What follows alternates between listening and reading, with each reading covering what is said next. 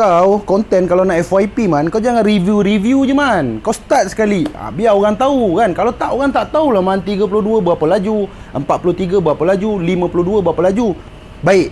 Disebabkan Abang Ibrahim punya pasal, saya masukkan petrol. Okey, untuk 52cc, sukatan yang saya gunakan adalah 1 liter petrol, 25 ml punya bancuhan tuti. Ingat, tuti mesin, jangan pakai tuti motor. Okey, ini gara-gara Abang Ibrahim saya start enjin ni. Kalau bukan, memang saya tak start dah ni.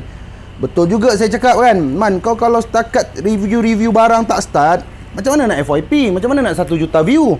Kau kena start, barulah orang banyak nak tengok. Sebab orang tak tahu 52 berapa laju. Tapi sebelum tu saya nak bagi tahu. Yang ini TB52. TB52.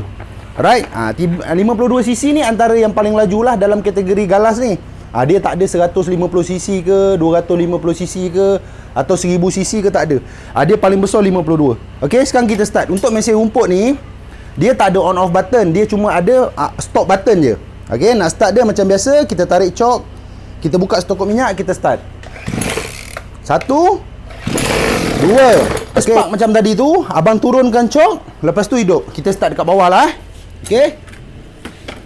Lepas tu kita tahan body, kita start.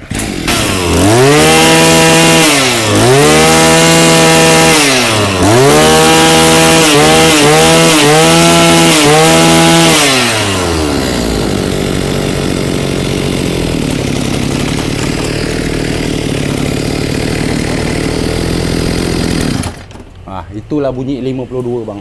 Memang bisa.